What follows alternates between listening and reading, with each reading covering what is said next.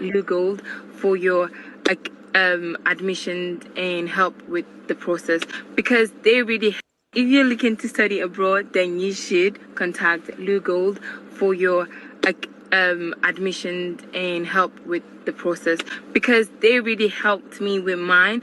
And I would say I am a living testimony that they did really well and they got me into one of the best universities in the UK. And I appreciate their hard work, because they're all true. They have advised me on what paths to take, and any problems I had, or maybe I wasn't sure about some things, I would message them and they gave me the best advice. And they're the best agency you would ever contact for your abroad admissions. So I would recommend them 100% because they're reliable. Thank you. Hello everyone, I'm here to talk about my experience with Early Good Agency. I feel like it's one of the best decisions I made while trying to study abroad. They make you feel like they're helping you plan for your future, which should be the mindset of a good agency. Because it shouldn't be about the agency, it should be about you, the student. Currently, I'm studying civil engineering at the University of West of England, and all I have left to say is, if you're planning on studying abroad, just make your life easier and apply through Good. Thank you. Hello everyone, my name is Izana Wichamaka, and I'm just going to talk about my experience with Lugold Integrated Concept Limited. My first encounter with them was in the later stage of 2019. They provided me with consultation and also applied at Coventry University for a conversion course in psychology. And they also did my visa application as well, and everything went smooth. They were timely, orderly, and they gave feedbacks, and that was the most amazing part of it, because you're not left in the dark. You know what's happening. They give you a time frame as at when everything will be done, and they stick to it, which is really important, consistency. And then fast forward to mid-2020, I consulted with them. I just needed a bit of advice on how to go about my application as well, because I wanted to do a second program. And they gave me advice as Hi, are you interested in going abroad to complete university or another form of higher education? Look no further than Lou Gold Educational Consulting. This firm's strong connections to universities in countries such as the UK and the United States, as well as their reliable services in aiding visa applications, is exactly what you need to get the ball rolling. How do I know? I'm sat here in my accommodation at the University of Brighton, where I'm currently studying engineering. And yes, you guessed it, it's all thanks to Lou Gold Educational Consulting. Don't hesitate to give these guys a call and reach out to them. Their reliable customer service is ready to accommodate whatever questions or inquiries you may have. Best of luck.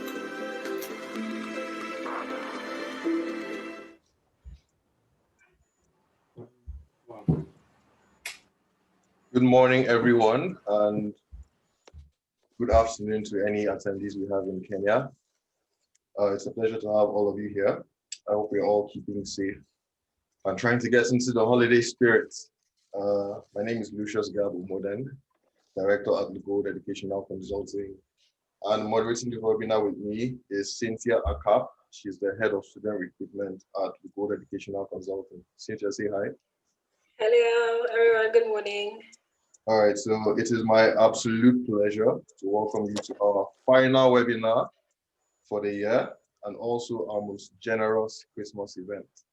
We promise to make this as quick as we can, but still as informative as possible. So without further ado, I'll ask Cynthia to introduce you to all the excellent panelists we have for you today. Okay. Hello, everyone. Good morning. My name is Cynthia. Thank you, Lucius. So we have a very exciting lineup of panelists, and it's indeed my pleasure to introduce every one of them to you. So from Kaplan International Pathways, we have Ibitomi Osu Sandu, who is the West African Regional Director for Kaplan International Pathways. She's supported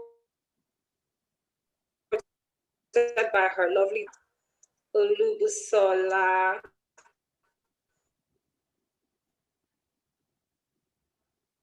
Fadha, lady member, who is the Technology and Education Sector Lead for the Department of International Trade, Deputy Lagos.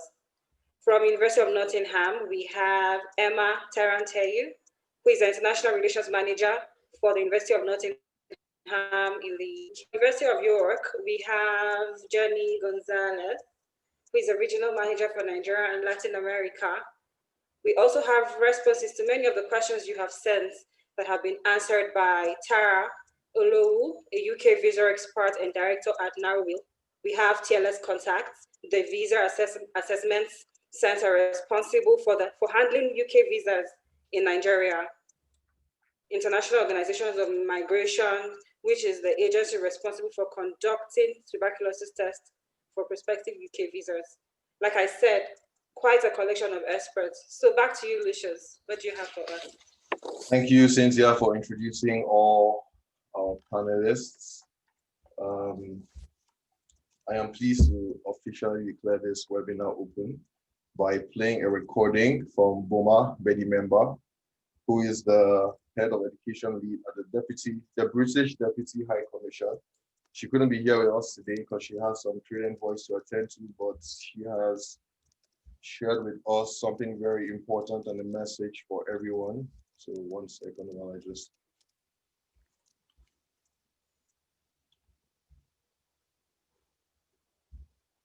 screen.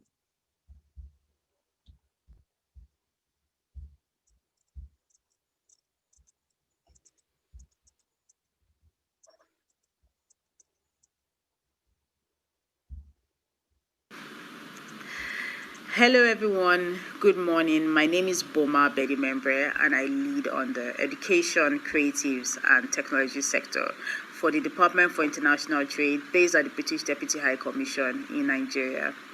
I would like to extend my remarks and thanks to Lugold for having me on the call today to mark history with you all, and also extend my congratulations to all the beneficiaries of a scholarship from Lugold today. This is exciting news and I'm glad to be here to mark history with you.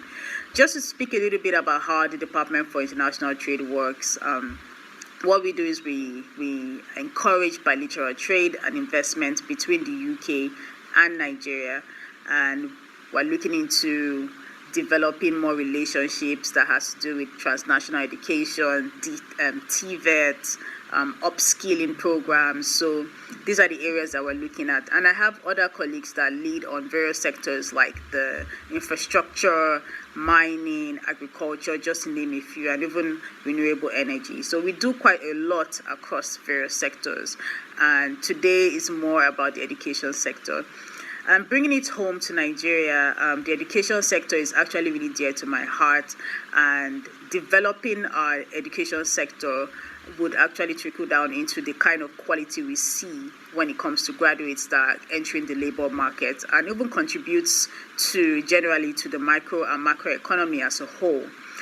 This is human capital development we're talking about. And also speaking about the UK education ecosystem, the UK is known and recognized for delivering world-class curriculums, and I'm super excited for all the beneficiaries today because you're going to UK, you're going on to UK universities, and this is literally like a win-win on both sides. And finally, I would like to say thank you again, once again, for having me on the call, and welcome you all, and also welcome you all to on the call as well. Congratulations to all the beneficiaries, and I'm looking forward to an amazing event. Thank you.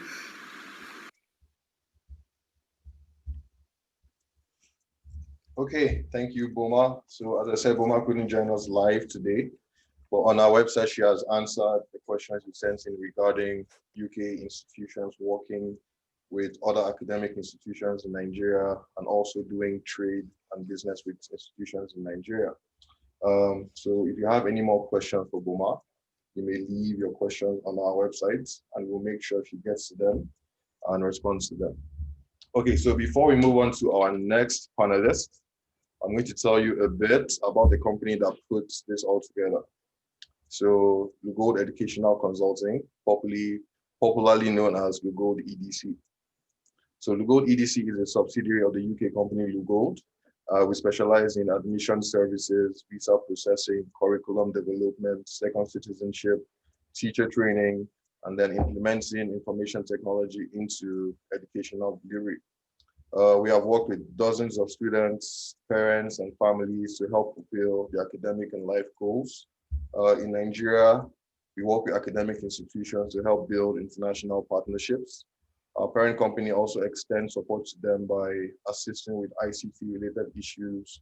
Every year, we try our best to visit all the schools we work with. I'm hoping that some of the schools that we have worked with are on this call today. And we make sure they feel the appreciation we have for them for choosing to work with Lugold EDC.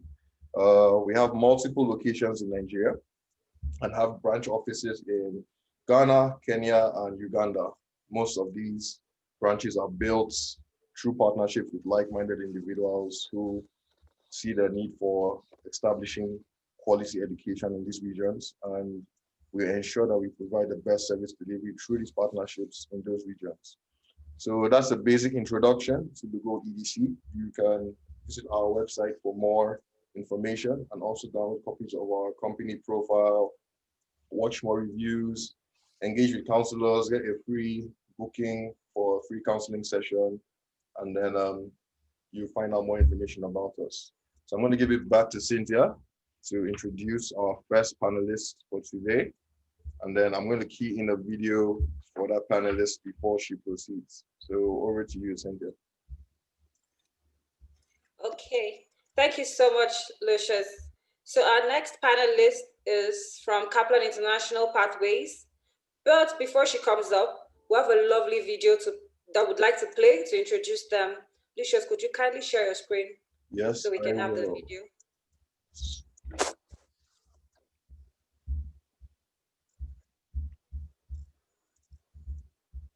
There we go.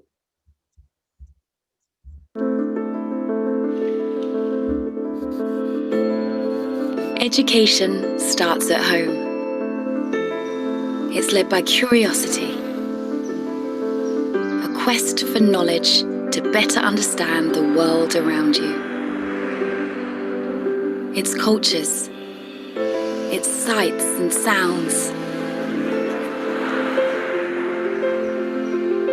You'll meet people along the way, people who make a difference, who are there to listen to your hopes and aspirations.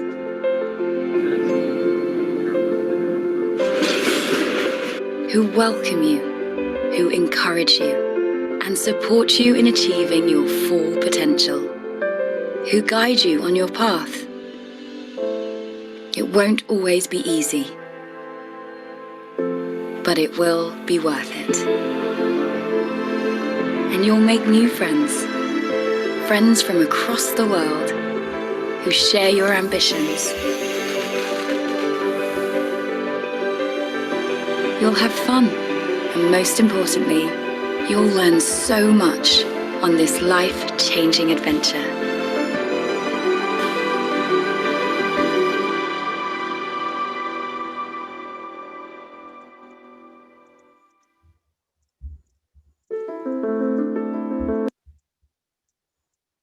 Thank you so much, Lucius, for that video. So it is my pleasure to introduce Ibitomi Osusenju, the West Africa Regional Director for Kaplan Pathways. Ibitomi, please take it. All right, good morning, everyone.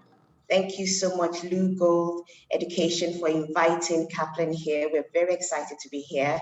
And good morning as well to all our panelists on this call. So I will just share my screen. There you go. And just shout out once you see my screen, please. Do you have it? Yes, good on that. Yes. Fabulous. All right. So again, my name is Ibitomi Oshisedo. I'm the Regional Director for Kaplan International for West Africa. So I'm going to talk to you about gaining entry to top universities in the UK through Kaplan International. Now, who are Kaplan International Pathways? We are a leading provider of global education centered around you, the students. We passionately believe that a global education can still be personal, whoever you are and wherever you are. And our goal is to help you achieve your goals. Now, we help international students follow their path to university abroad. And we have university partnerships in the UK and the US, and we have a huge range of subjects across thousands of degrees. Now, our history. Kaplan has been in existence since 1938. So you will understand that is a very long time. And from 2005, our first university partnership was made and study centers were established. Up to date now, we do have 40 plus university partners and 20 plus learning centers worldwide. Now, what is a pathway course, you would ask? A pathway course can bring your academic and language qualifications up to the level needed for university studies, and you take the course before starting your degree, usually at the university you would like to study at.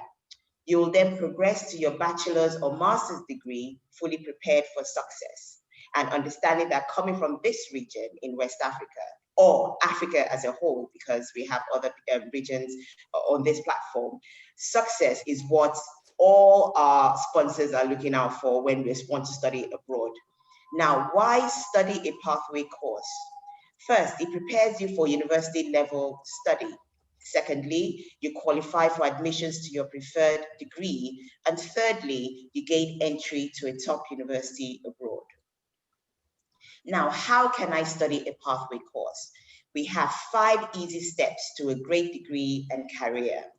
First, you complete your current high school or university studies. Then you choose a Kaplan pathway course and apply. Usually you will go through Luke Gold Education, who will talk you through, guide you through to get for your application to come through to us.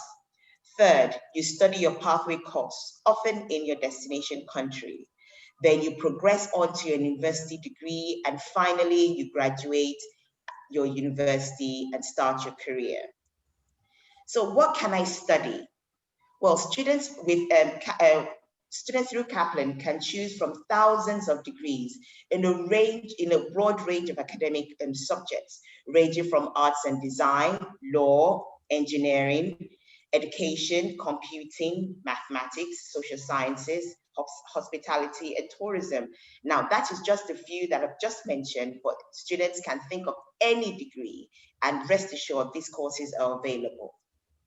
Inclusive medicine. Now, the routes to university in the UK, through the Kaplan way, you have, for the undergraduate pathway options, you have 2 options for the undergraduate students. You either go through a foundation certificate or you go through international year 1.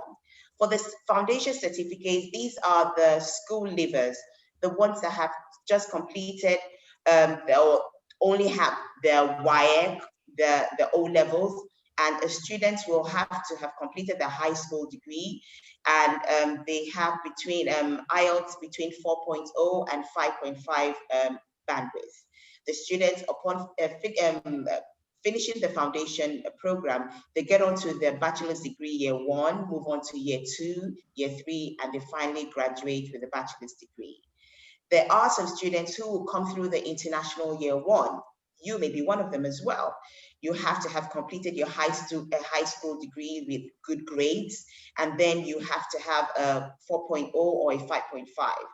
Although if you have very good English in your high school degrees, you are able to get an exception and not take the IELTS and just be accepted on your good grades.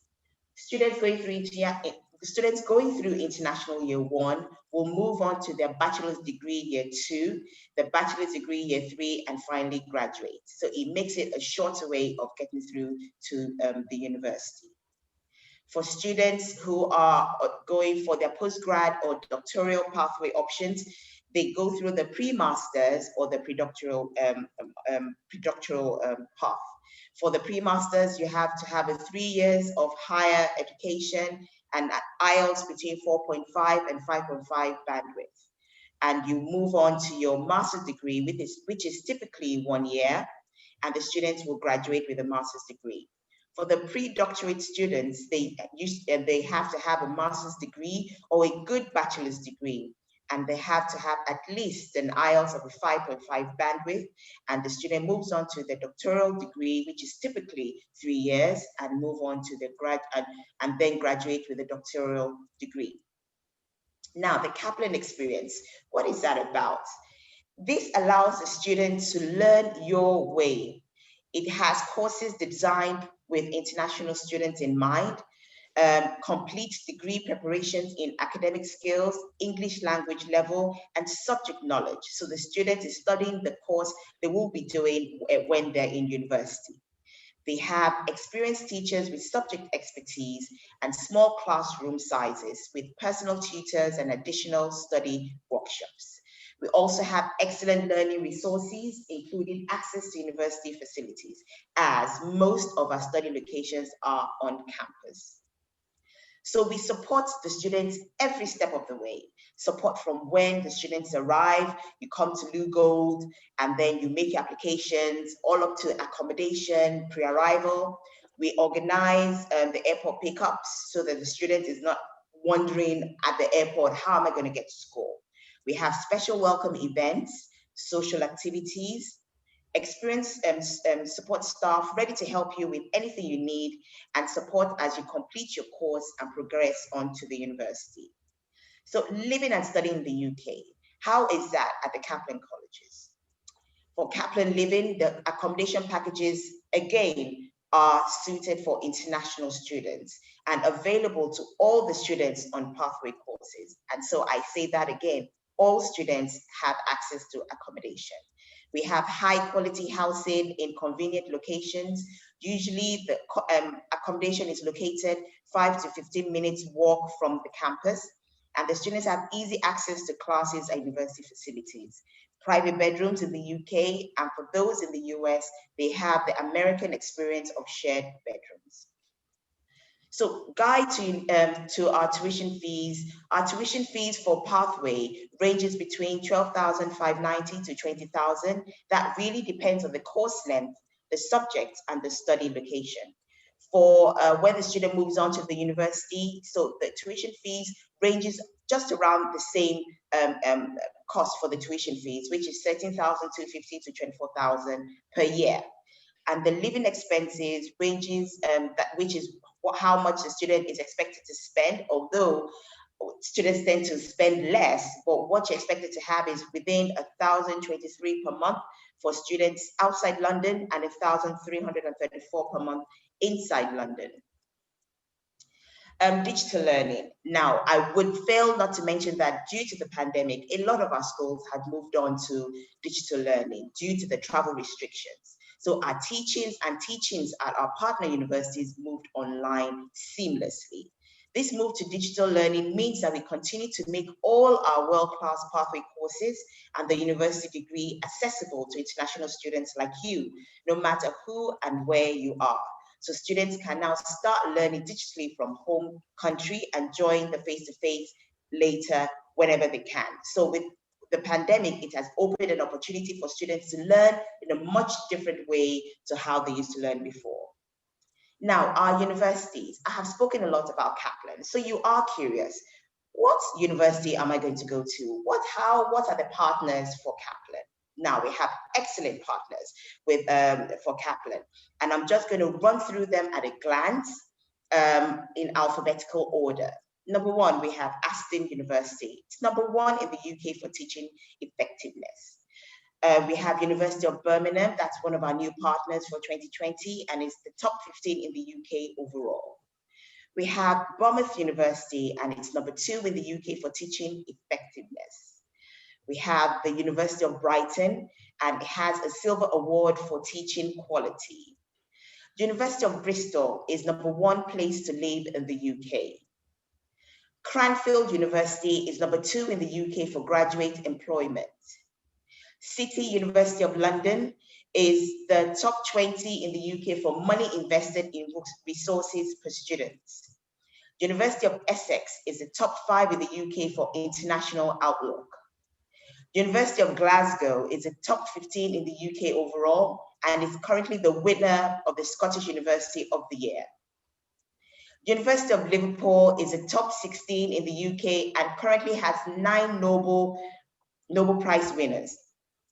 University of Nottingham is the top 20 in the UK overall. Nottingham Trent University is top 15 in the UK overall. And Queen Mary University of London is a second in the UK for international outlook. University of West of England, Bristol is the top 30 in the UK. University of Westminster is best in London, the world's #1 city university. And University of York is number one for named best place to live in. And so these are the partner universities we have in the UK, and you must agree, they are absolutely beautiful. So to find out more from us, you can either visit our website, which is kaplanpathway.com. You will obviously go through Lugo Education website and you will find us there. Our office is also in Victoria Island in Lagos at #1 Adiola Odeku, Sapetra Towers, Victoria Island. And you can search us out on social media platforms at Kaplan Pathways. So that is all for Kaplan. I'll be happy to answer any questions. You can put them in the Q&A and also on the Lugo website, and I'll be happy to answer all your questions. So that'll be all from me. Thank you very much.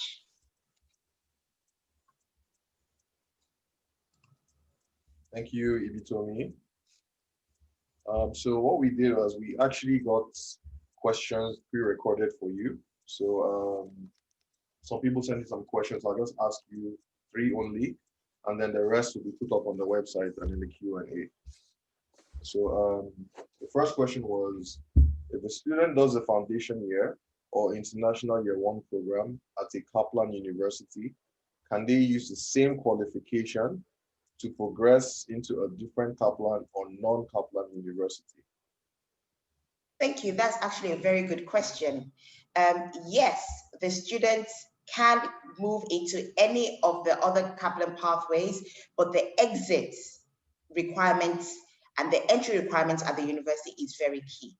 So once the student finishes with a good grade, and it's what the university, another university is requires that the student is able to move on to that university. So what they finish with Kaplan is really key in able to move around. Yes, the university, the college will prefer you to stay in the university you had applied to, but we also give the opportunity for students to be able to move around within the Kaplan universities and even outside the Kaplan University. And we do also have a team that will able to support the students who wants to move on to a university outside the Kaplan partners and help the student get into the university. So therefore, we support the students even though they don't want to stay with us, but we know that once a student comes to Kaplan, it's hard to leave the university that you have initially chosen. Great, fantastic. So the second question was, what happens if I do not pass the courses on my Kaplan Pathway program? Do I have to repeat the program? Now, we would hate for that to happen because we are very strong in our student support. So, no, but where a student doesn't meet up to the exit requirements, no, it does depend on some cases. We don't have repeats in the UK, but we might be able to move the students who had done a foundation and didn't get the exit requirement that they needed, might be able to be moved to the international year 1 to be able to study further on that. So it's not purely a repeat. Students aren't allowed to really repeat in the UK, but we are able to move the student to the next level, giving them opportunity to study better, to be able to move on to the university. Okay. The last question was, as a Kaplan student, do I have access to the main university's facilities? And am I allowed to work while studying? Oh, yes, the university campus are smack with the colleges. So the students share everything with the university. They sometimes have to go into the university campus to take their lectures. They use the library, they use the cafeteria. So the students already feels like they're part of the university, not that they're separated. The good thing about the Kaplan colleges is that they're within the university campus. So the student already feels like they're part of the university. And to the second question, are students allowed to work? For foundation students, no, because foundation students are usually 16-year-olds, and usually they don't have permission to work. They're very young. But for students who are coming on the international year one, they're allowed to work for 10 hours per week. And so that gives them an allowance to work. But for foundation students, no, they're meant to study and concentrate throughout. Okay. Yeah, I hope that's answered the question. Yes, it does. Yes, it does. Thank you. All right. Thank you very much. Cynthia, back to you. Oh, wow. Thank you so much, Lucius and Ibitomi. This was very enlightening. So our next panelist is from University of Nottingham, and we have a video to introduce them. Lucius, could you kindly play the video, please? Yes, I will.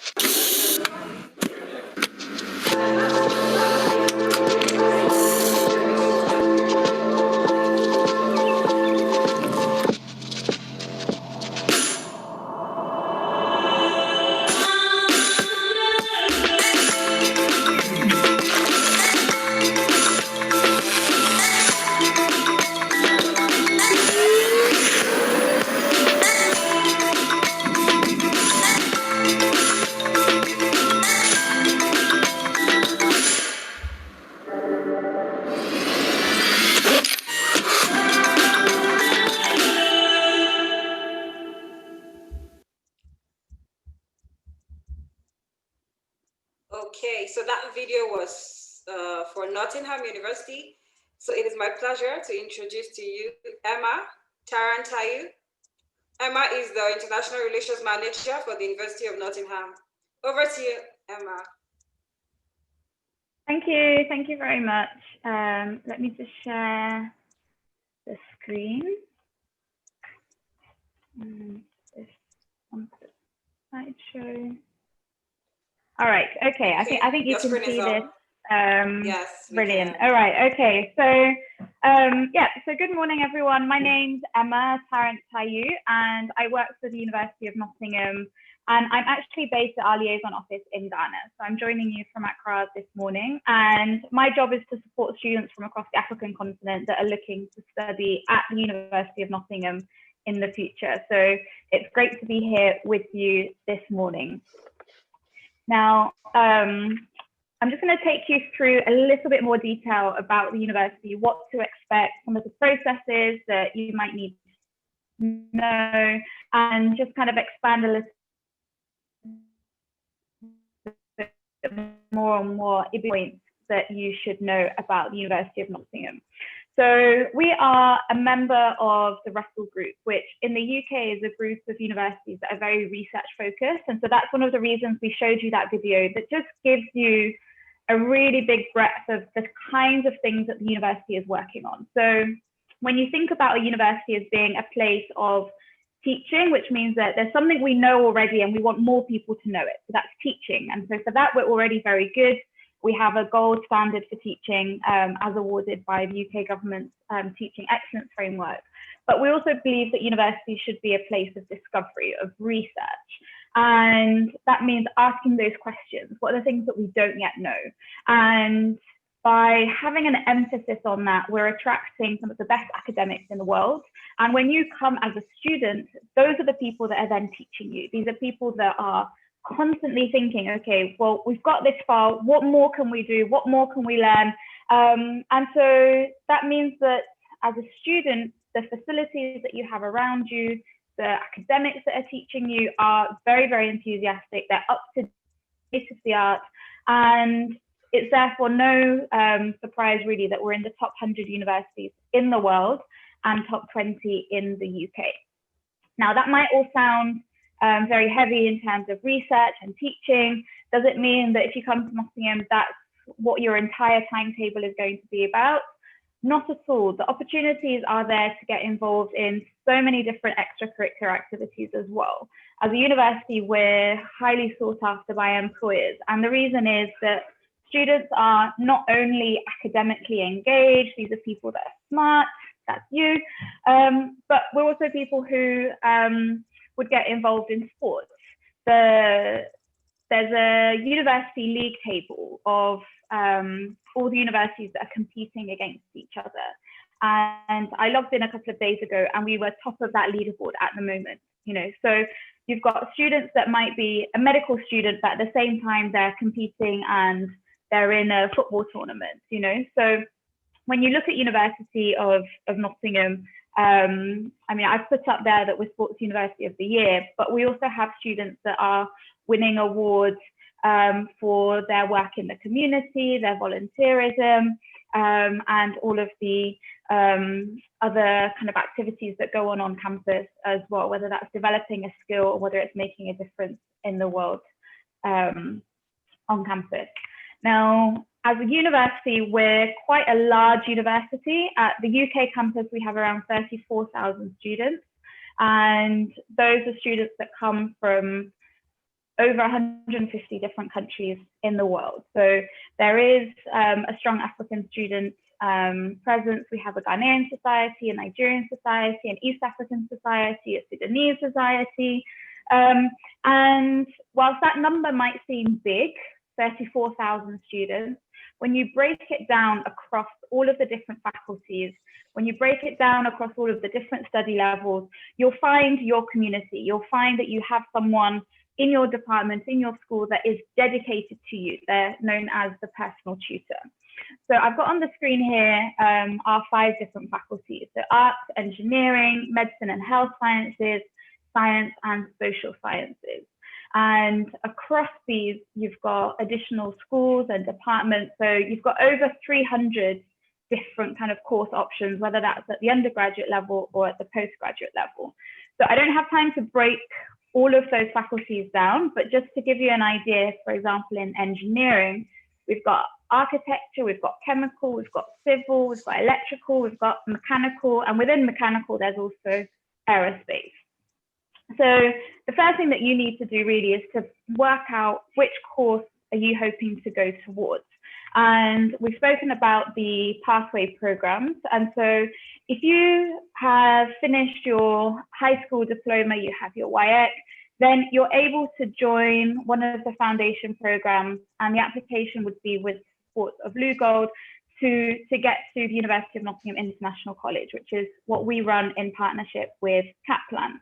And there are 3 different foundation routes there. So there's business, law and social sciences, there's engineering, and there's science. So with the engineering foundation, for example, everyone will more or less be together, but then you'll choose which of the different engineering streams you would like to go into, whether that's civil or chemical, and so on.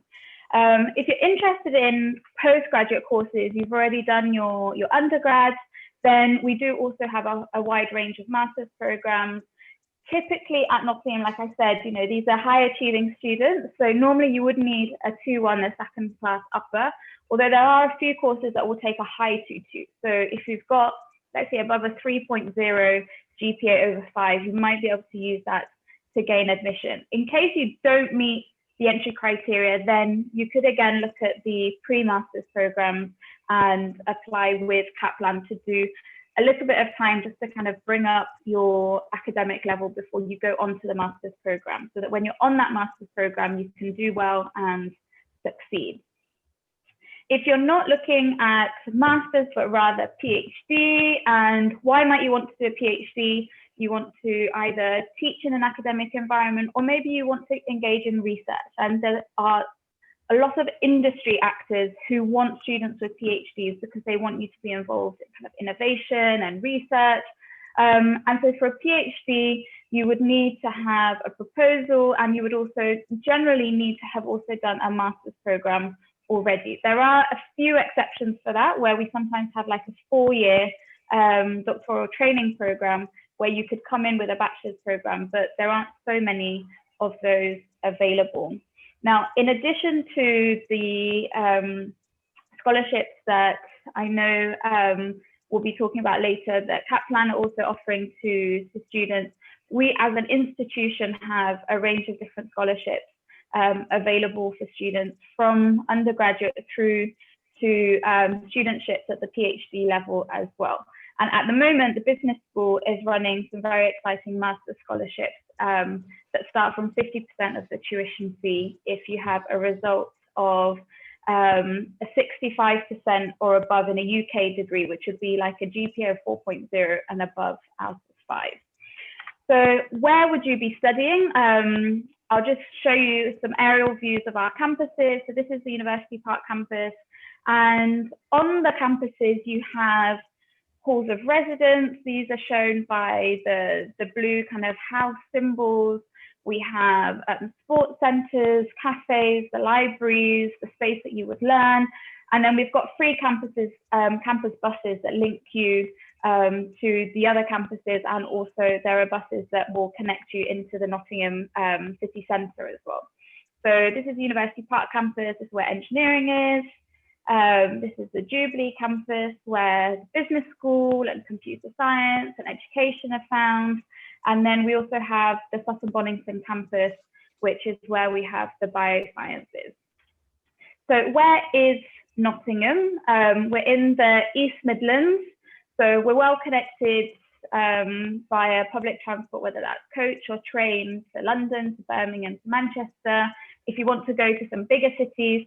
But Nottingham as itself is a city that has a lot to explore. So if you're interested in arts, cultural events, parks, you want to eat food from around the world, you're not going to get bored. I know a few people have kind of said, basically everything that London has, you can find it in Nottingham, but without the stress and without the cost, because it's just a lot smaller and easier to handle.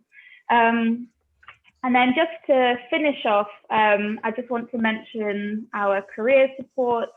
And this is a service that is available to you as a student as soon as you arrive, and will stay available even after you've graduated. And so we have lots of links with employers, we're negotiating internships and placements, so that by the time you graduate, on your CV, you haven't just got that I'm University of Nottingham graduate, but you will also be able to talk about the time that you did an internship here, or perhaps a leadership position that you had in a student society.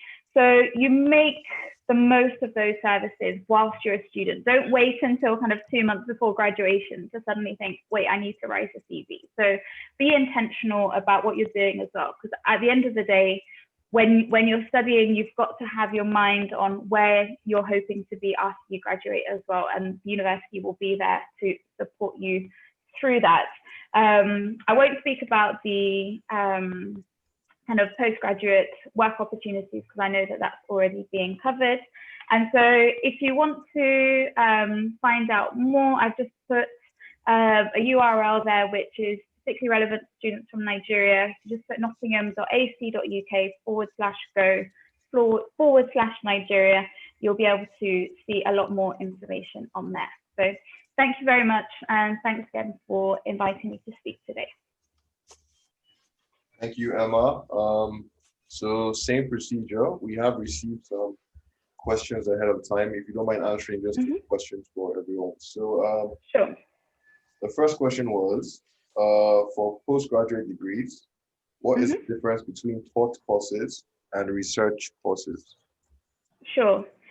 So it comes back to what I was talking about in terms of passing on existing knowledge and the discovery of new knowledge. So with the taught programs, essentially it's a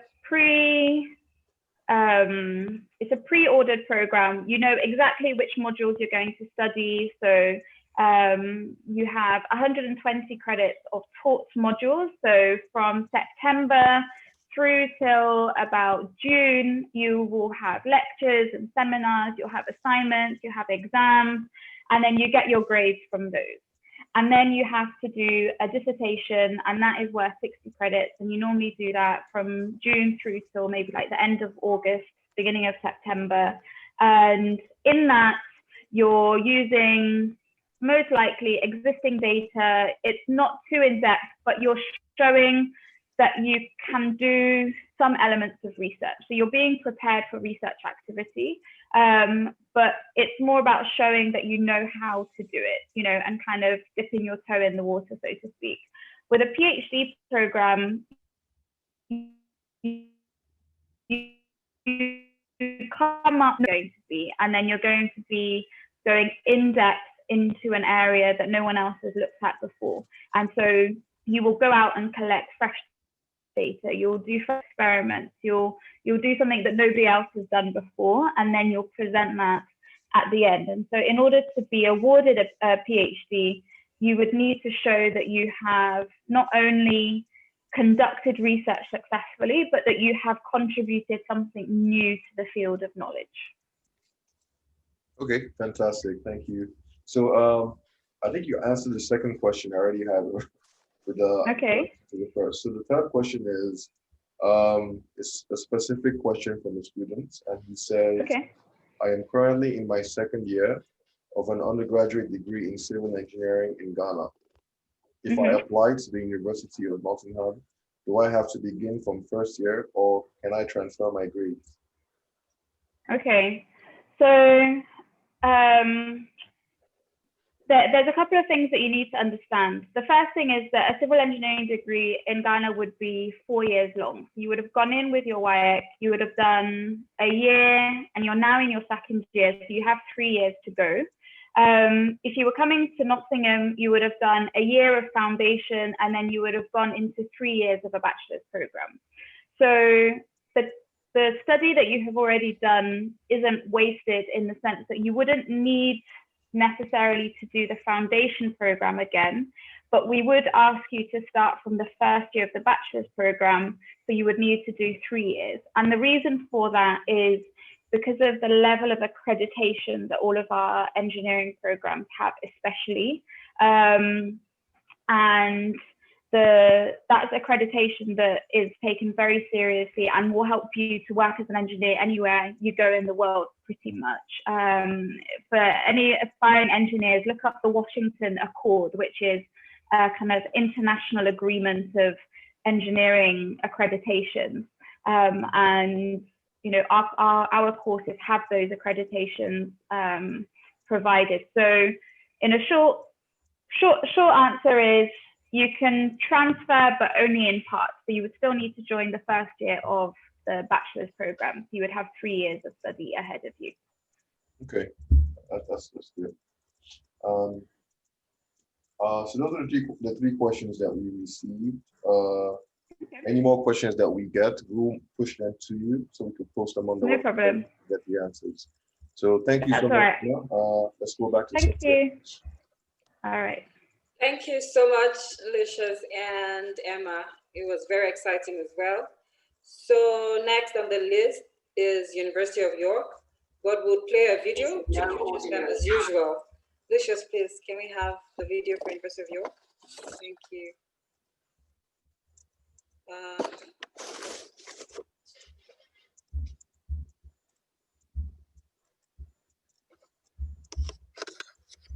These are no ordinary times, but through adversity, we shine.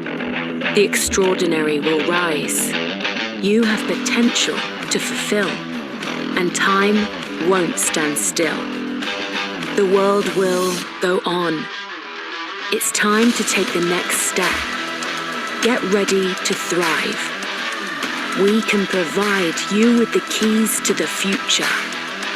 The world needs bright minds like yours, and with our support, there is no end to what you can achieve. Believe. It's time to choose what you want to be, what you want to do. Your moment is now. It's time to choose, and the choice is York.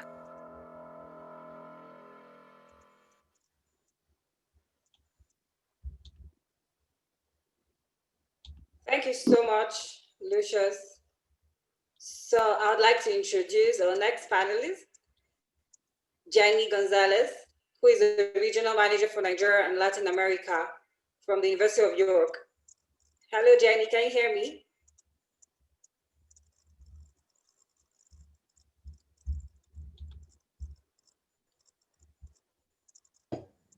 Yeah, I'm there. Good morning, everybody. Hi, Jenny. Can you just confirm you can see my slides okay? Yes, we can. Excellent. Welcome, everybody. Good morning. Hopefully you are feeling inspired after seeing that video. It is a difficult time for the world, but I think education is more important than ever. And if you are a bright, determined person who wants to make a positive change in this world, York is a brilliant place to come, further your education and achieve your career goals and make your contribution to the world. So a lot of what Emma said, we're a Russell group also, so a lot of what Emma has explained already about being a member of the Russell group and kind of what that means will also apply to the University of York. But I'm going to give you a quick overview of our institution. You can see on the map there we are in the north of England. So it's 2 hours from London on a regular direct trains. We are a smaller city, so you can see only 200,000 inhabitants. So especially for anyone in Lagos, that's going to sound really tiny, but it's a nice sized city. It is a city, it's not a town. It's a very compact city, mainly because we still have the Roman walls around the city centre. So you have lots of winding medieval streets. I'm going to show you some pictures actually. This is our city. So this is the cathedral, the minster in the centre. Obviously this is pre-COVID. This is one of the many festivals that take place in the city. We have a strong Viking connection in York as well as Roman. So this is a Viking festival. And you can see how the city is. It's very historic, it's very beautiful. We get lots of tourists that come and visit our city. And I say, although it's smaller, you have all of the facilities that you expect in a city. So you do have cinemas, galleries, museums, shops, restaurants, bars. You have all of those things, but maybe instead of having, I don't know how many cinemas London has, but instead of having, say, 40 cinemas, we have, I think, 4 cinemas to choose from. But I say you will definitely find all the facilities of a city, with the benefits of it being cheaper than being in the capital. And the fact it's smaller, I think, makes it easier to build a network of people, to make friends, to establish yourself. York is a really warm, friendly, welcoming place. And I say that's the reason we were voted by one of the British newspapers best place to live in the UK. The quality of life is really good. So our campus it's not inside the city walls, it's outside there, but it's walking distance from the city centre. So 10 minutes on the bus, maybe 30 minutes walking, or if you know how to ride a bike, our city is full of bicycles. It is really flat, no big hills, so cycles are really popular. And again, you know, that's a money saver, that in York you can walk or cycle everywhere. So yes, there's a great bus network, but you don't need to use the buses to get around. You don't need a car. I haven't had a car for a year now. I've been walking and cycling everywhere. The campus, you can see that there's a mix of architecture actually. So we have some older buildings, but we're spending huge amounts of money. We're building new buildings all the time, including over the recent months. And you have all the facilities you need in one place, including 2 sports centres, supermarket, hairdressers, post office, banking, all together. Also accommodation. So at York, because we have space on our campus, which city centre universities, it's always a problem for them. we have room, and that means we can guarantee you a room in university accommodation for every year of your study, not just year one. And that goes for students on the foundation certificate as well. The IPC, we call it International Pathway College, is on our campus, and students studying their foundation with us can live on campus with the rest of our students. So Yorka, are also a member of the Russell Group. We joined more recently. We are maybe a little bit different than some of the older Russell Group members. So obviously you've got, you know, universities like Oxford and Cambridge, the very historic, very prestigious universities with the very strong reputation. York were actually only founded in 1963. So we're 50 something years old. So we're relatively young. And I think this makes a difference, because I think instead of being a very traditional conservative university, I think we have a more modern approach. You know, I think our way of doing things is maybe a bit more innovative. You know, we're very open to new ways and changes. So I think that's a real advantage. You know, we've got the academic prestige, but without being too stuffy. So we are about innovation and finding new ways. A great example of this is our law school. So we only introduced a law school fairly recently. It's already ranked top 5 in the UK for the research it's producing. And our focus is on problem-based learning. So you have to know what kind of learner you are and if that style suits you.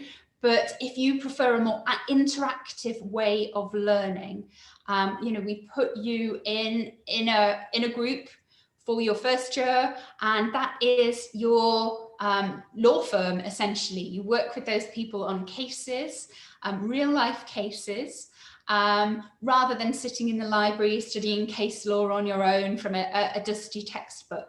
It's very interactive, and everything, the staff we recruited, the design of the building that was built for the law school is to facilitate problem-based learning.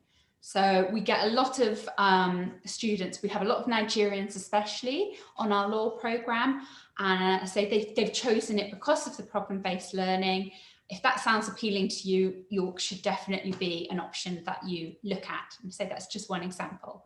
Medium-sized university, 18,000 students. We're one of 2 universities in the city, and it's an international environment. So nearly 1/4 of our students are from outside the UK, and a similar number, I think 30% or so of our staff are from outside the UK as well. So it's a really global environment that you'll be living and studying in.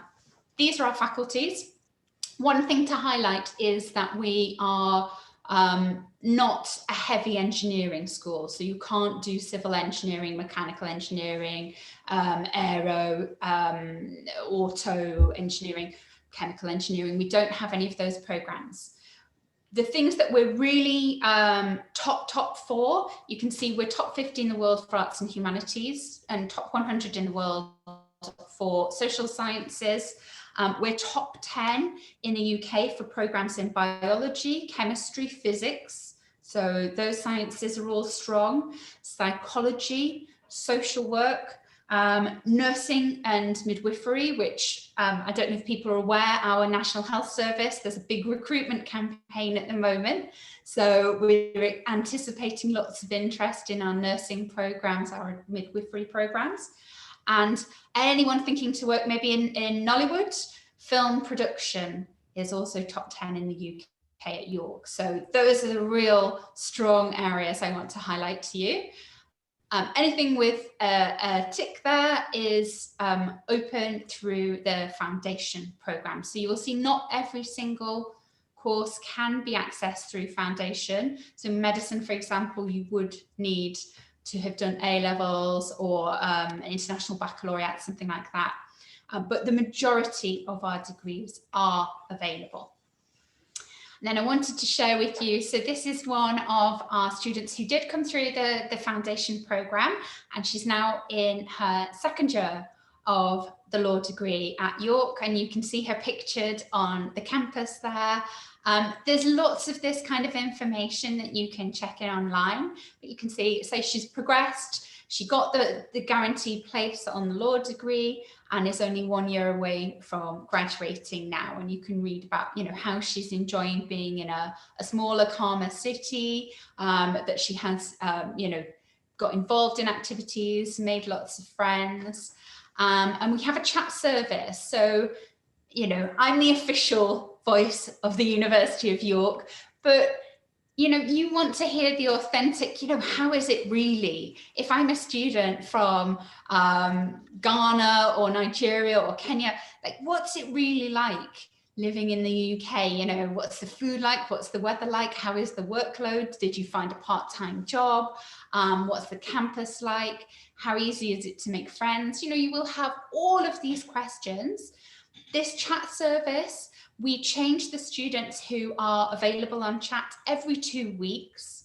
So you will, if you log in today, you will see certain people. And if you log in another 2 weeks, there will be a different group of students. So you can look by department or you can look by country, and you can message them directly and ask them anything you like about how is it in York. So quickly flash up the tuition fees, but what I wanted to show you next was scholarships, because I know this is a big, big question. So we have, for undergraduates and master's students, we have some International Office Awards, 2 different ones, Be Exceptional and the Vice Chancellor's Scholarships. You can see variable levels of awards there. For Vice Chancellors, you do need to have the kind of the top grades.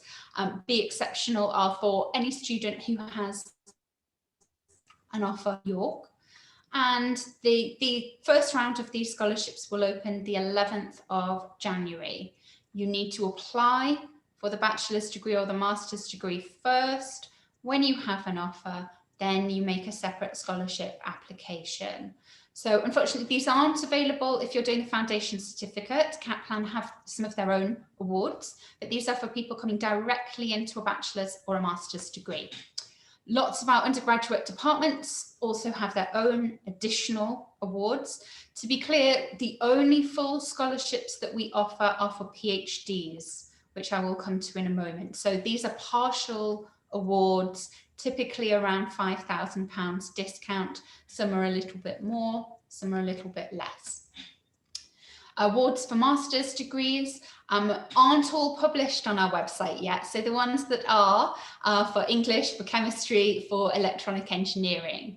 Any student who does a bachelor's degree at York gets an automatic 10% discount in any master's degree except for in the School of Medicine. So it could be an online degree that you do, you know, 8 years after you graduate, or it could be a master's that you do right away after you completed your bachelor's.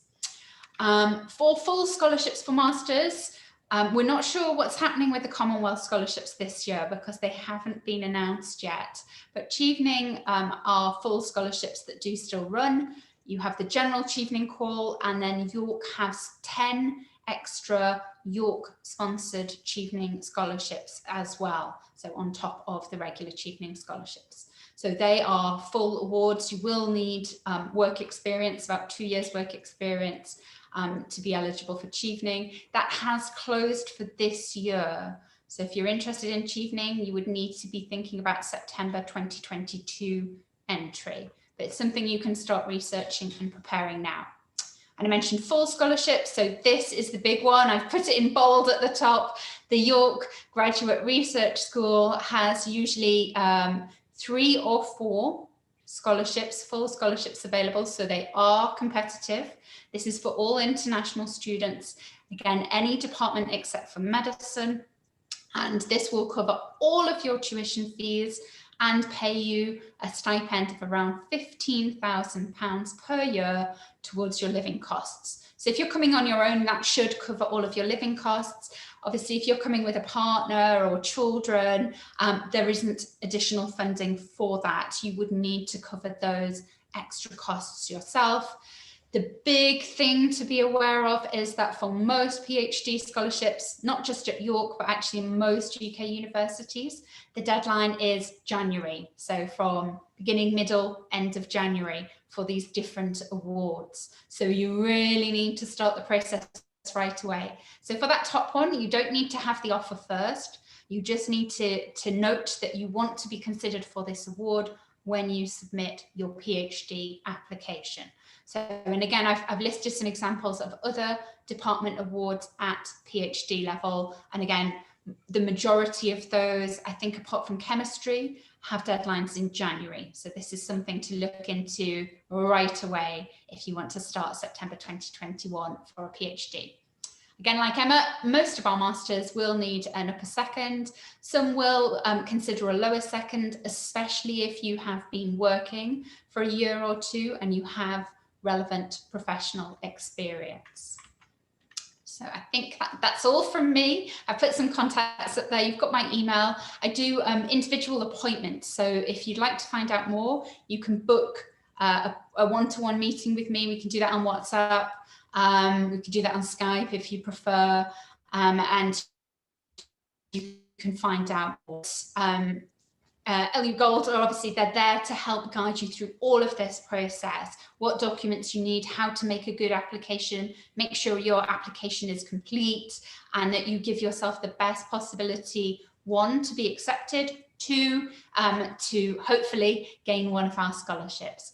So thank you very much, and I'm ready for questions if there are any. Yes, there are, Jenny. Thank you so much. I'm sure a lot of people are excited to hear about the full scholarship. So I'll get straight to the questions that we got before the webinar began.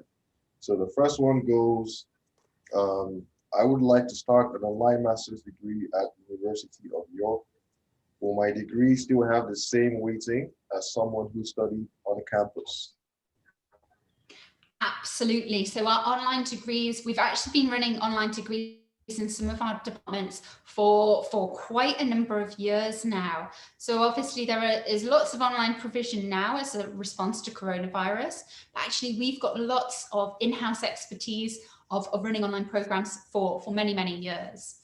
And it's fully accredited by the University of York. So I think in terms of, again, quality, you know, there's more and more online providers, but the quality of that educational experience and kind of the prestige of those awards is not always top, you know, where if you have a qualification from, again, a Russell Group university, that's telling you the academic standards are high, the quality of the teaching is high, the quality of your experience. So York also have a gold TEF award for teaching excellence. You know it's going to be a really good experience and you're going to gain the skills and knowledge that you need to take your career forward.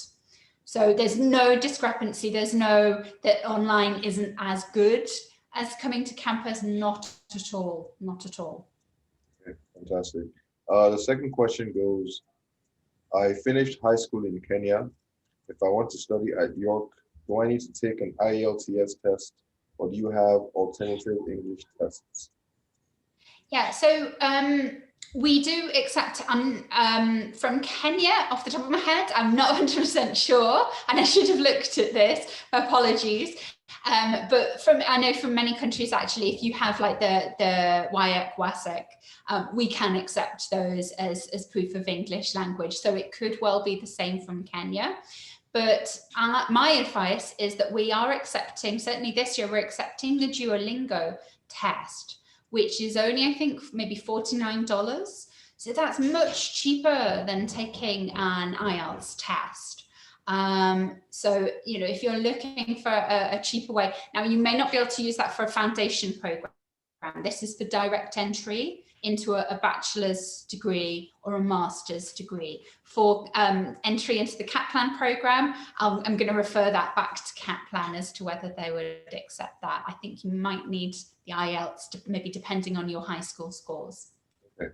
The last question goes, during my search for an undergraduate degree, I was told that York is a Russell Group university.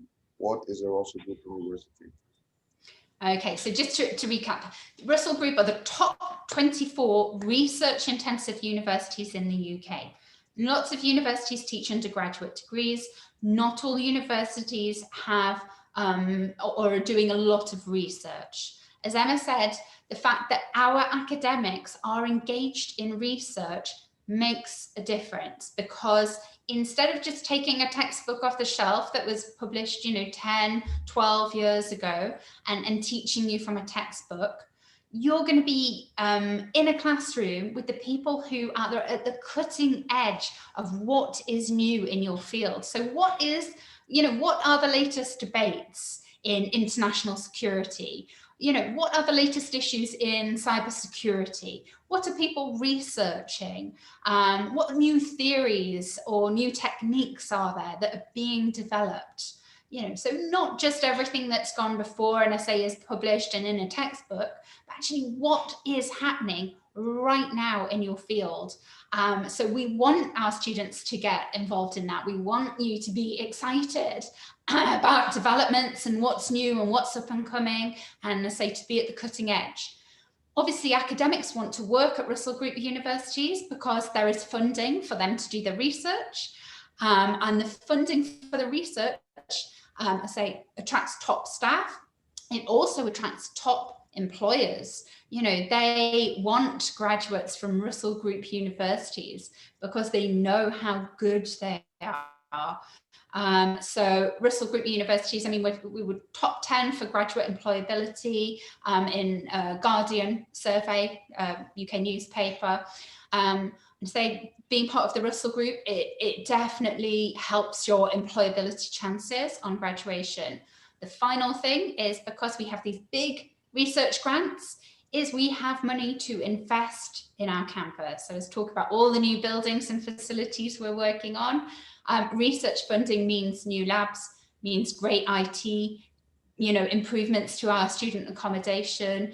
Actually, the space that you're working in on campus is top quality as well, thanks to the fact that we are a research institution.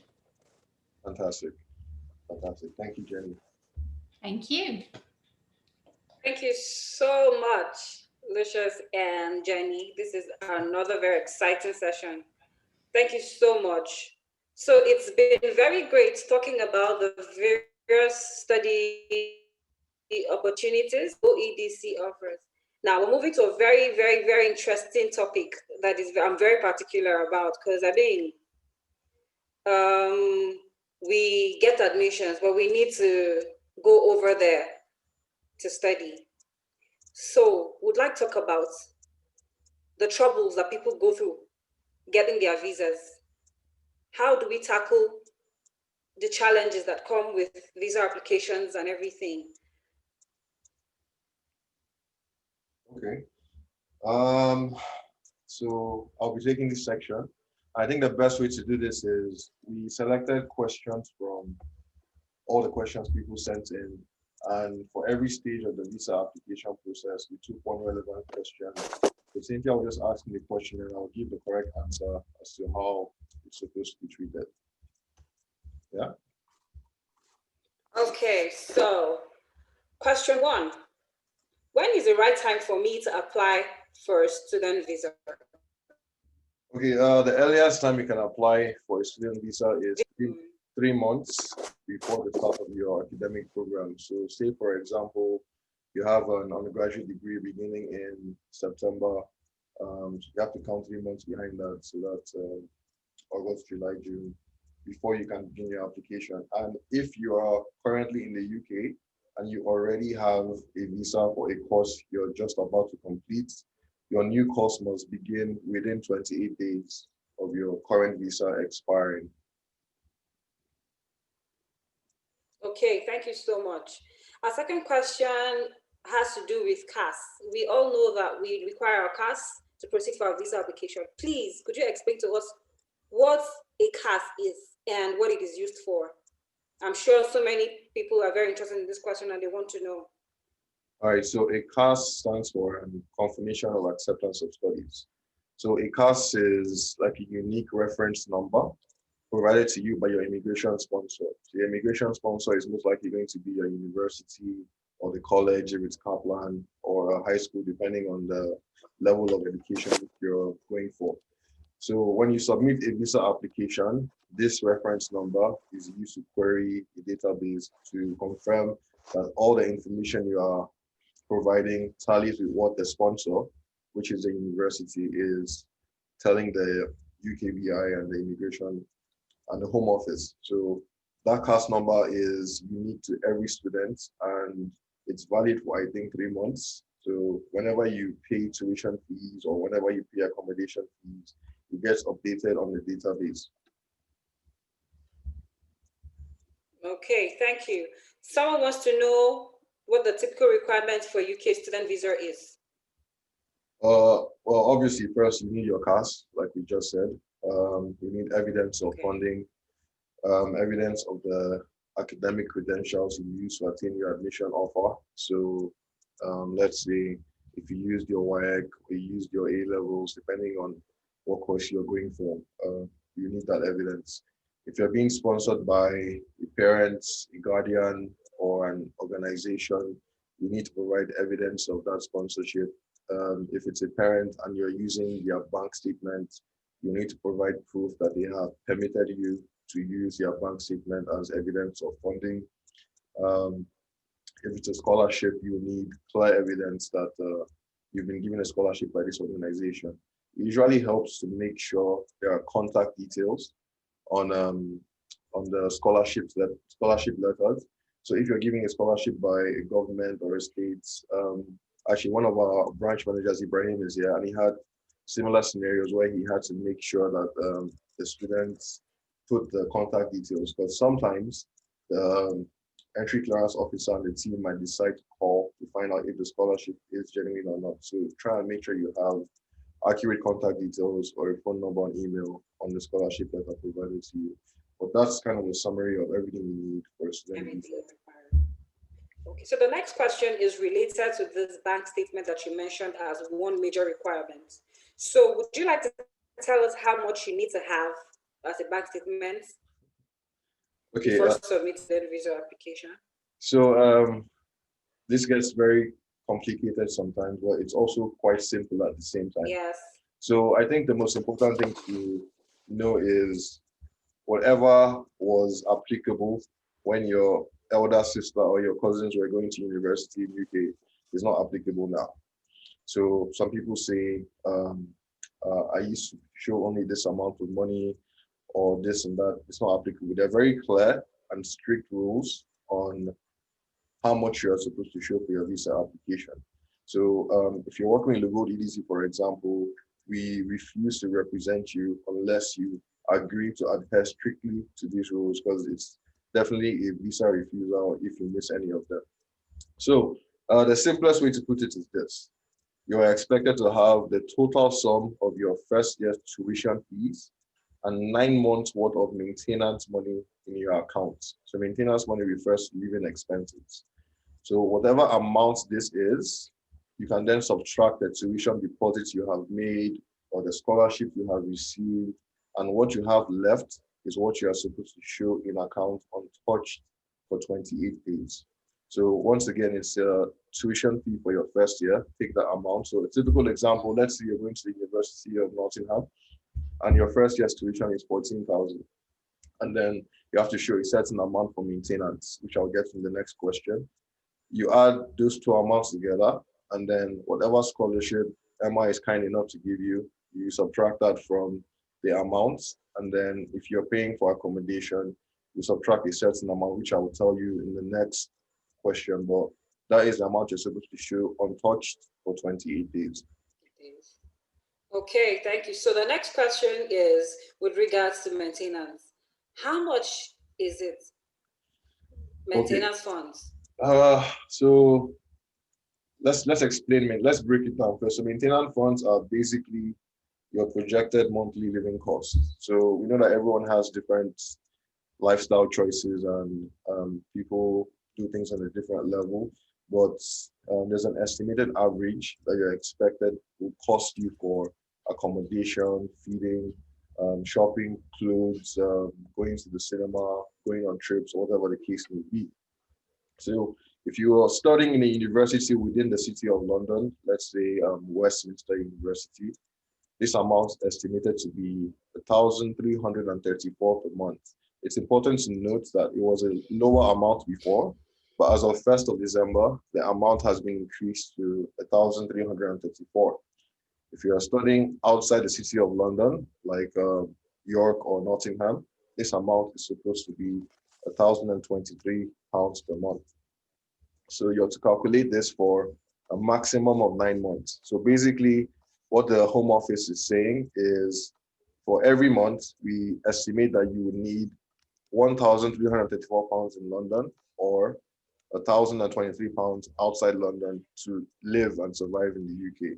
So you need to show me this money for 9 months. So I have evidence that you can take care of yourself for the duration of your course.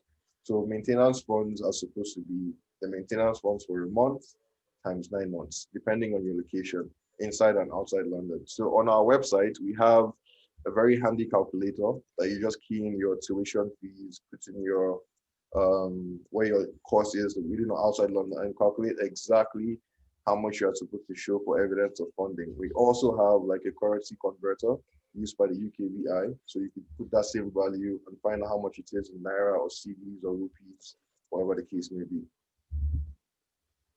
So if we got you correctly, Lucius, are you saying that maintenance funds and living expenses are the same thing? Exactly, they're the same thing. Okay. So does it mean that if, after I have paid for my accommodation, I will still have to show evidence of funding, maintenance funding? Yes, exactly. So that's another thing. So some people assume that as maintenance funds are living expenses, paying for your accommodation in full means that you can subtract that from your maintenance funds, but it's not correct. So just like with tuition deposits, you can subtract what you've paid, but you can only subtract up to 1 month equivalent of maintenance funds. So say, for example, you were going to Westminster, like we said, and you've paid £10,000 for your accommodation.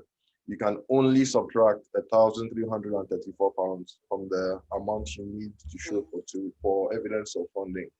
And that's very important to know. So if you are outside London, it would be 1,023. If you're within London, it will be 1,334. So just remember that no matter how much you have paid for accommodation, even if you have paid in full, you can only subtract the equivalent of 1 month's maintenance funds from the required funds you are supposed to show.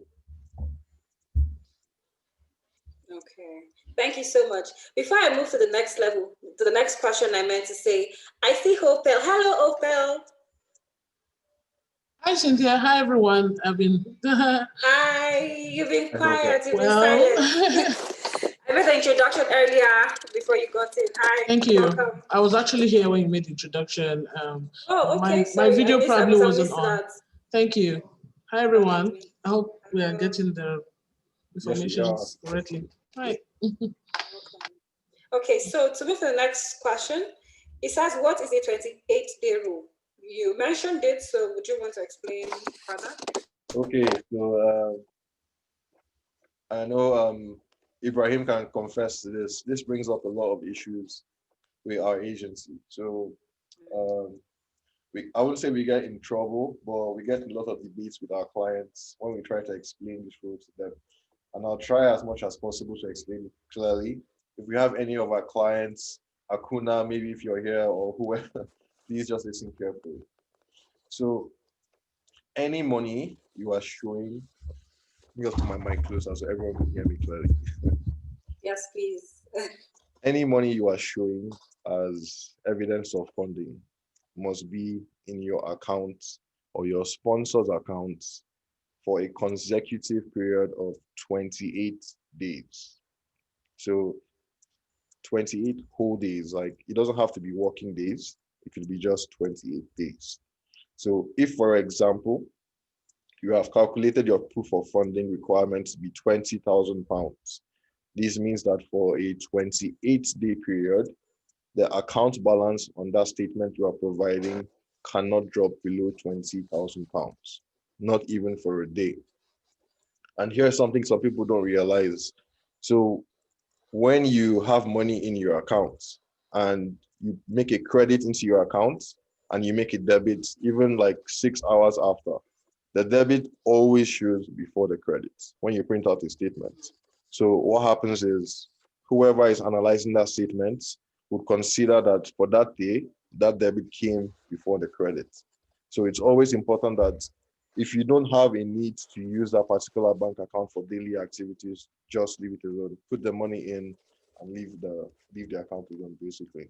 So 28 consecutive days, and that's first day to the 28th day is also counted. So let's say if you were printing a statement from the 1st of December to the 28th of December, then the 28th day of December actually counts as part of the 28 days. Oh, okay. That is very enlightening. Thank you so much. So how long is a statement valid for? Okay. So at the time of submitting your visa application, your bank statement must not be older than 31 days. So here's how this works. Let's say you print a statement from 1st of November to 16th of November. Or sorry, 1st of November to 30th of November. It means that you have up until the 30th of December to use that bank statement.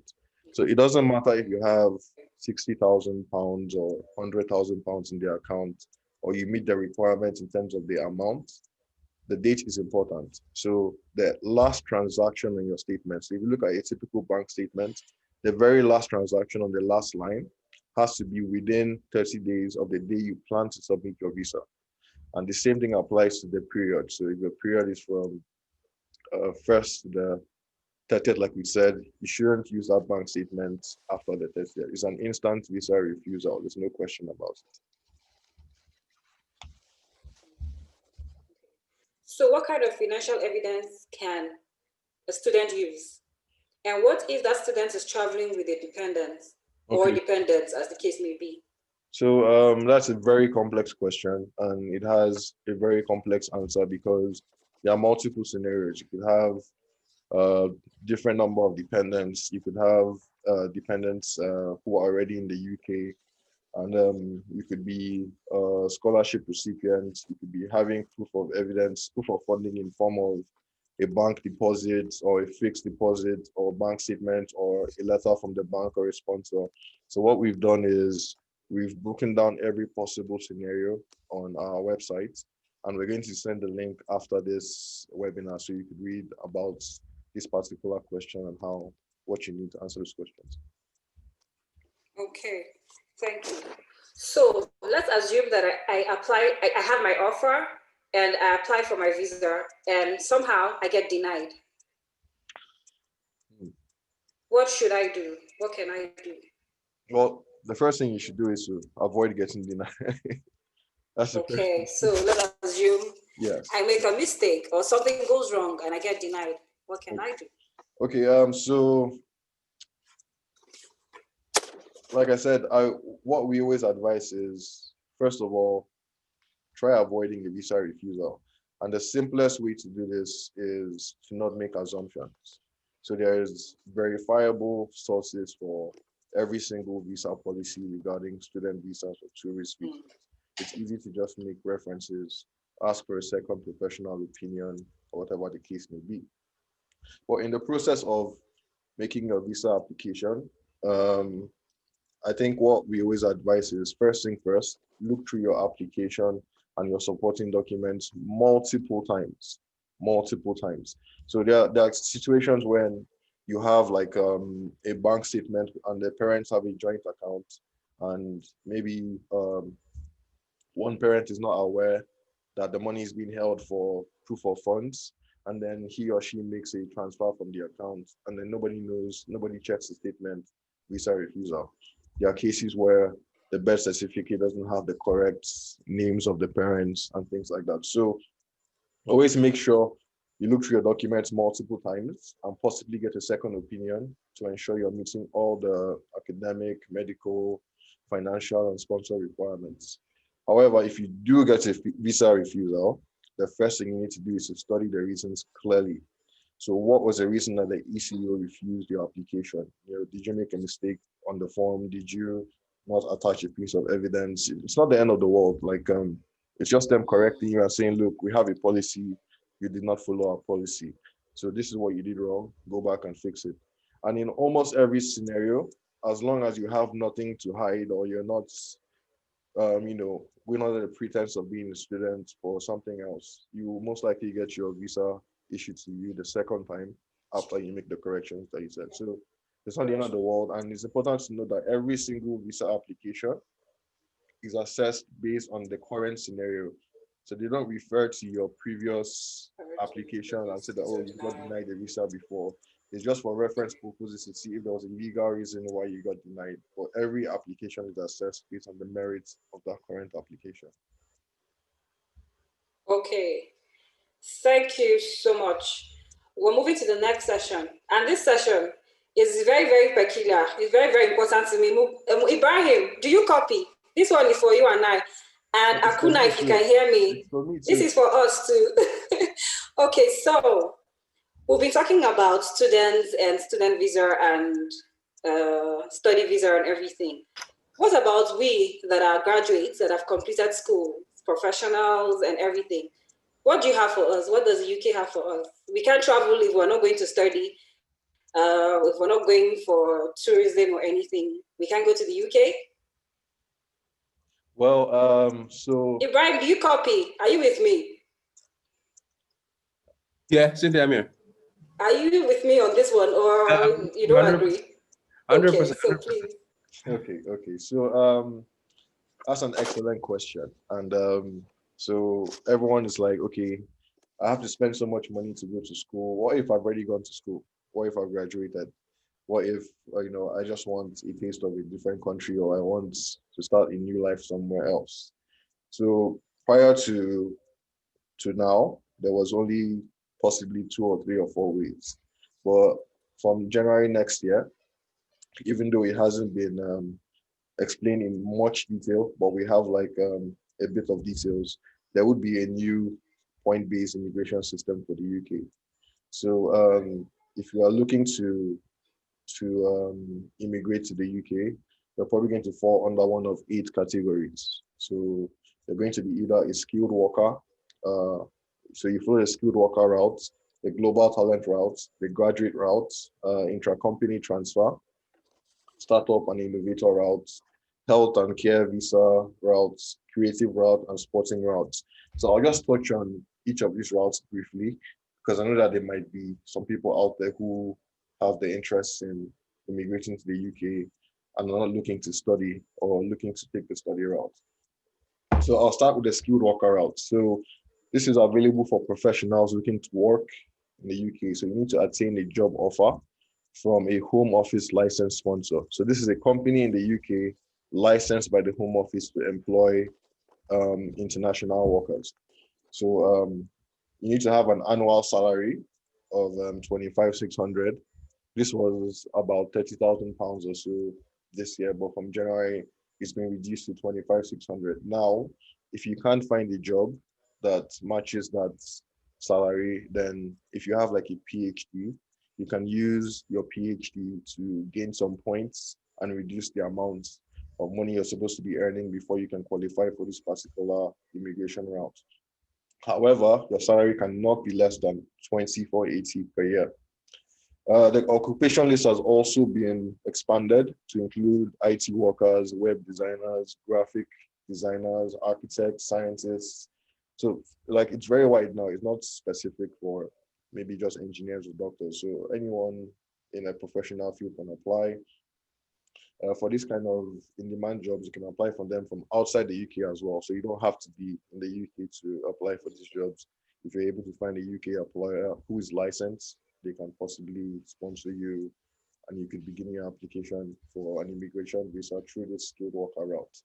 And then there's also an important policy that has been abolished. So previously, there was a policy called the resident labor market test, meaning that for you to be employed by a licensed sponsor in the UK, there has to be absolutely no one currently in the UK who can do the job that you're supposed to do, which is a bit extreme. Like it was a very extreme policy, and as it's been abolished, I'm sure many people will be happy with that. So basically, as long as you are able to get a job from a licensed sponsor company and the salary falls between 2480 and 25,600 pounds per year, you'd be able to immigrate to the UK on a point-based system from January under the skilled worker route. So there's a global talent route, and this is for the extremely talented people. So I'm talking about the people that are opening pregnant women up and operating and putting them back in before the baby is born, those kind of people. So those are the people we're looking at. So if you're an Elon Musk or, you know, an African giant in the sense of engineering or science or medicine, you don't even have to speak too much. Just like, you know, show yourself and let your credibility speak for you. So that's a global talent route. So it means that you're highly skilled in certain fields and you meet the required amount of points, you'll be able to enter the UK without a job offer. So you don't need a job offer, but you have to be endorsed by a recognized UK body. So like the Royal Society for Science or the Royal Academy of Engineering would say, look, this person is legit and we consider next best thing since sliced bread. We live in the UK. So that's the second option. The third option, which is the most, which will probably be the most popular option next year, is the new graduate route. So a post-study work visa is available and guaranteed to international students who will complete a degree in the UK from summer 2021. So summer begins in June. So if you're on this webinar and you're beginning your undergraduate degree or postgraduate degree from next year, you will qualify for this post-study work visa. So if you're an undergraduate or a postgraduate, it's 2 years and you can work and live in the UK for 2 years after you graduate. It's applicable to both undergraduate and postgraduates, but PhD students can stay for 3 years instead of 2. So you get an additional year if you're a PhD student. It's important to note that this is not a sponsored route, so it will not count towards settlement. That's what you should know. But if you are able to find a skilled job by a licensed sponsor, like the one we just described previously, you would be able to apply for the skilled labor route, and then you'll be able to settle in the UK permanently. So you can also switch from the post-study work visa to the skilled worker visa route at any time you're able to get the license sponsor to employ you. So that's possibly going to be one of the most popular routes. So all our students who are currently in the UK doing undergraduate degrees, postgraduate degrees, and you are graduating by June this year and afterwards, you will be able to qualify for this post-study work visa. We're hoping that more information will be provided by the end of January, but we are always here to help you begin those applications and get you towards the journey to living and working in the UK after studying. The fourth one is intra-company transfer. So this is for multinationals. So if you're like, I don't know, Shell, Lloyd's TSB or Barclays Bank or something, and you have staff in let's say Nigeria or Ghana, and you want them to move to the branch in UK, this is when you can take this route. So it's very specific to multinationals, and there are certain requirements you have to meet to make up that to qualify for this visa. I think the fifth one is startup and innovator routes. So this is for entrepreneurs that have ideas that would be beneficial to the UK. So the startup route is for those setting up a business for the first time, and the innovator route is for those who have industry experience and at least £50,000 in funding. So if you just have an idea for a business you feel can benefit the UK and citizens of the UK, you could apply for this particular route. If you have a business that is currently running and you feel it's going to be beneficial to the UK, you have experience to show, and you have £50,000 funding, you could go for the startup and innovator routes. Then lastly, you have the healthcare routes, creative routes, and sporting routes. That's for people who are in the medical sector, people who are in arts and crafts like music or the film industry, and then you have like obviously sporting art for like people who play sports like football or basketball, whatever the case may be. So there are officially 8 available routes. We're sure that by January next year, there'll be much more information. We're all hopeful the policy doesn't change. I'm sure it wouldn't, because it's been published, but we're keeping our ears and our eyes peeled to look out for any changes, and we keep on updating on the website. And at the end of this webinar, we'll send much more information on all of this to everyone who attended the webinar. Okay, this is very great news that whether you're a footballer or a musician or you're a caterer, I mean, there are available routes for us to legally migrate to the UK.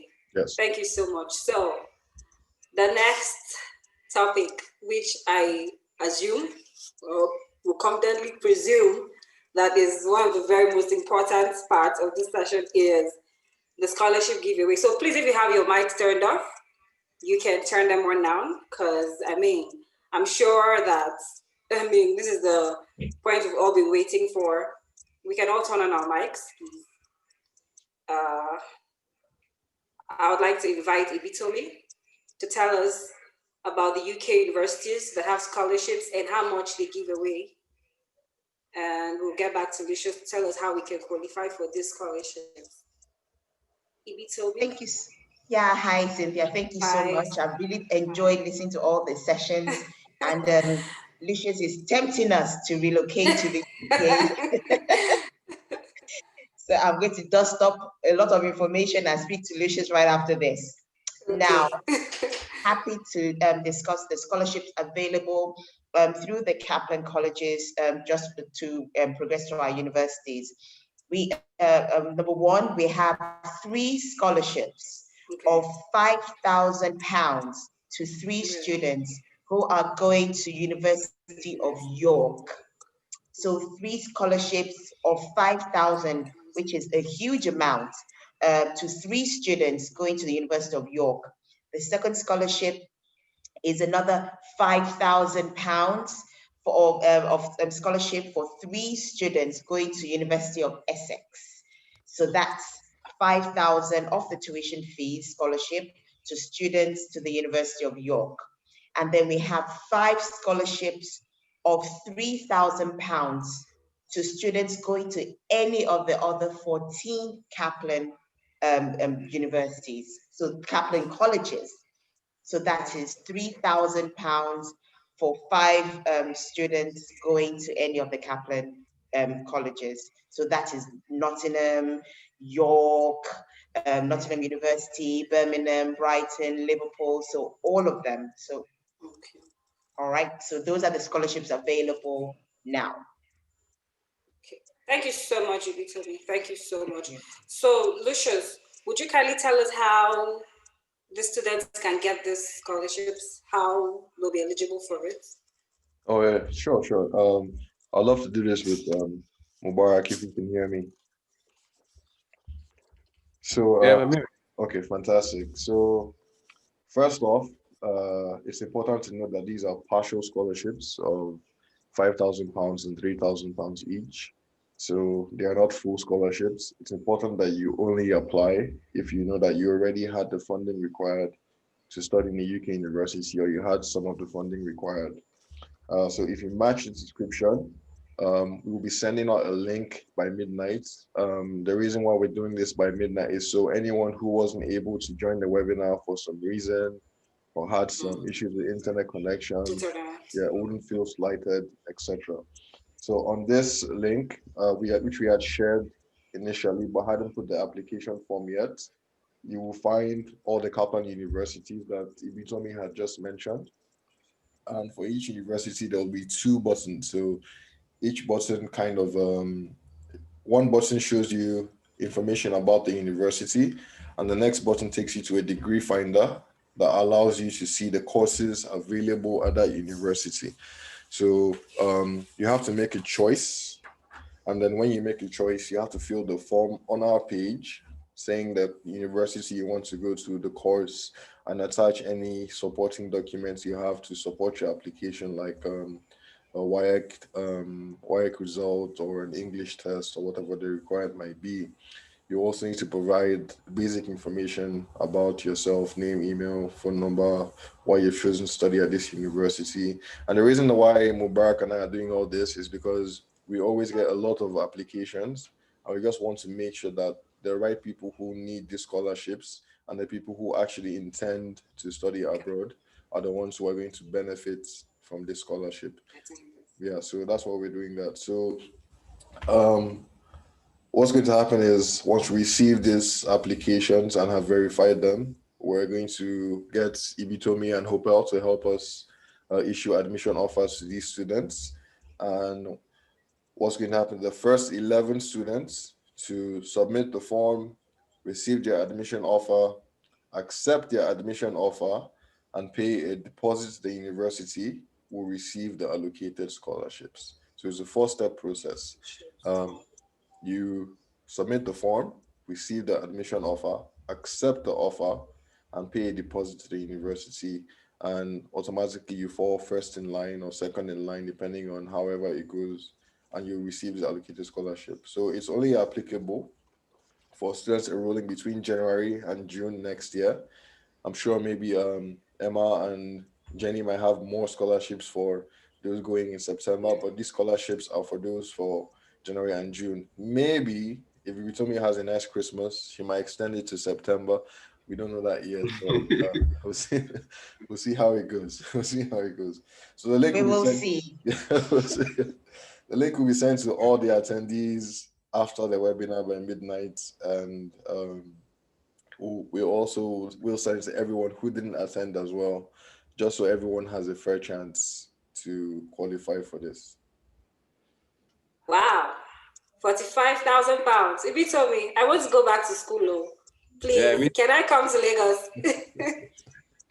Just maybe. You're welcome. Yes.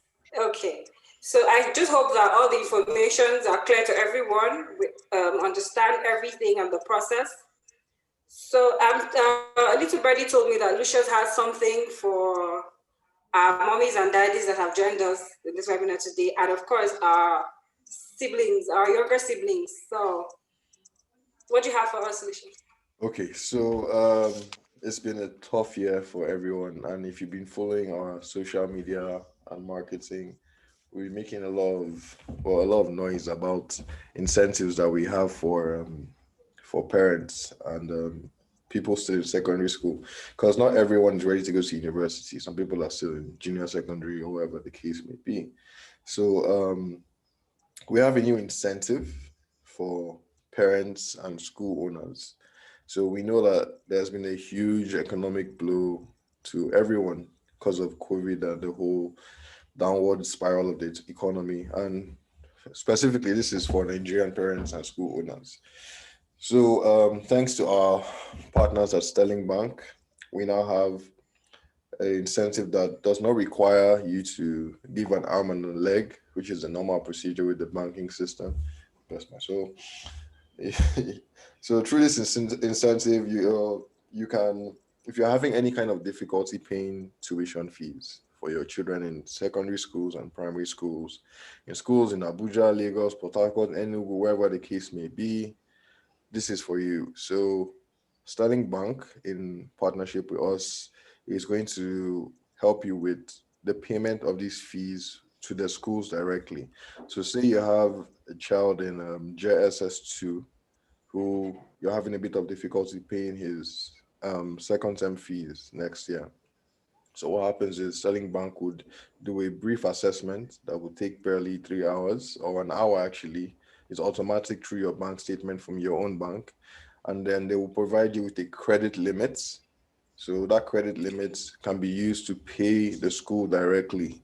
So say your child goes to, I don't know, Caleb International School in Lagos, and you have to pay maybe 400,000 and you find it a bit tough.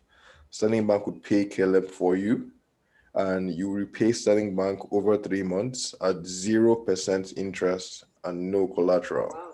So that means if you're having a temporary shortfall in funding, maybe, Christmas was too loud for you, or you had to travel, you had family over, and then you need to pay fees, but it's a bit tough. So Sterling Bank would help you with that shortfall at 0% interest and at no collateral. So all you need to do is to use your current bank statement that you already have with your own bank to evaluate how much you can assess, and that can be used to pay the school directly. Bear in mind that it's paid to the school directly, not to the owner of the account. So it's specifically for those who have issues with tuition fees, and it's just Sterling Bank's contribution to support the education sector and schools in Nigeria. That's where for that. So do you have anything for children still in high school? Yes, we do. So we were lucky enough to receive some very interesting U-Lesson devices. And if you know what U-Lesson is, I'm just going to play a brief video to show you what U-Lesson is. 1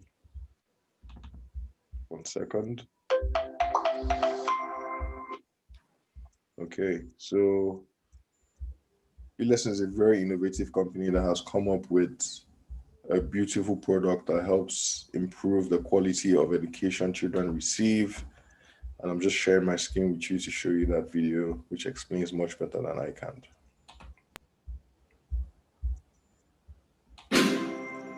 If you're serious about improving your secondary school grades, then you need to get the U-Lesson app. With U-Lesson, you get access to a solid library of video lessons crafted by top tutors that make use of incredibly detailed explanations and high-quality animated illustrations to create a product that can enable students of all learning ability to understand difficult topics without cramming. U-Lesson is also fortified with a bank of 10,000 plus questions that help you put the knowledge gained into practice, build on your understanding, and identify your weak spots. You also get a personalized learning experience as you can pause, rewind, and rewatch lessons to gain more clarity. Finally, time-based mock exams with step-by-step solutions help you to comprehensively prepare for WAEC and BECE exams. U-Lesson is available for offline and online learning and is a game changer for secondary school students, but you don't have to take our word for it.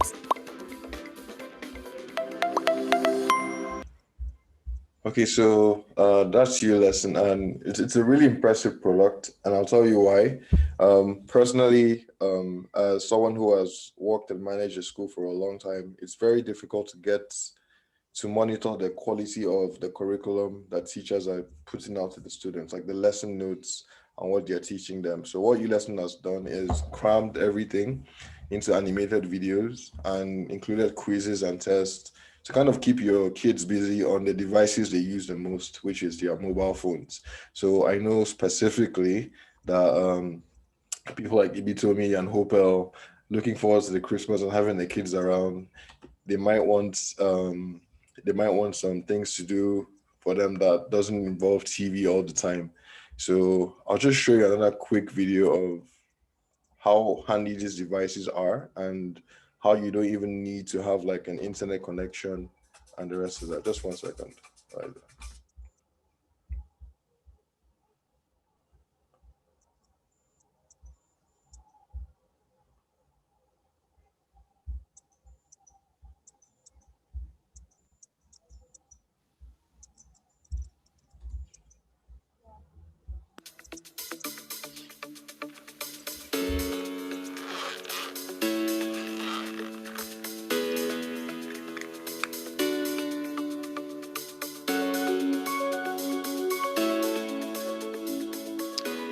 Welcome back. We've said so much about photosynthesis. We have defined it, and we've gone through the light and dark reactions. By now, you can probably recite everything that green plants need to successfully go through photosynthesis. And that's what... So there you go. So that's what U-Lesson is. And we have 5 devices to give out to 5 students. So how this is going to work is that we're going to put up a quiz on the website by midnight as well, after sending the information to everyone who registered for the webinar. And the first 5 students who would get, or it could be parents, whoever it is, who would get the 5 questions correct, and it will be recorded in a timely fashion, would have these devices sent to them by DHL. So those are the gifts we have for students. Those are the gifts we have for parents. And obviously the scholarships is what we have for the students going to university. So I want to first of all thank our host and moderator, Cynthia. Thank all our panelists, Hopel, Ibitomi, Declan, Busola, Emma, and Jenny, who like, I know they're probably close for the year, but did this for us. We're so grateful. Thank you so much. All the participants who joined in, all our former students, Omarion, Jinan, Chiamaka, I see all of you. Our current clients. Jinan, I remember Jinan. Sorry. So thank you so much for joining in. The recording is going to be available to everyone on the website, and it was just a beautiful session. Thank you so much, everyone. Thank you so much, everyone. Happy holidays. Happy holidays. Thank you. Thank you very much. Thank you for having us. Bye. Bye.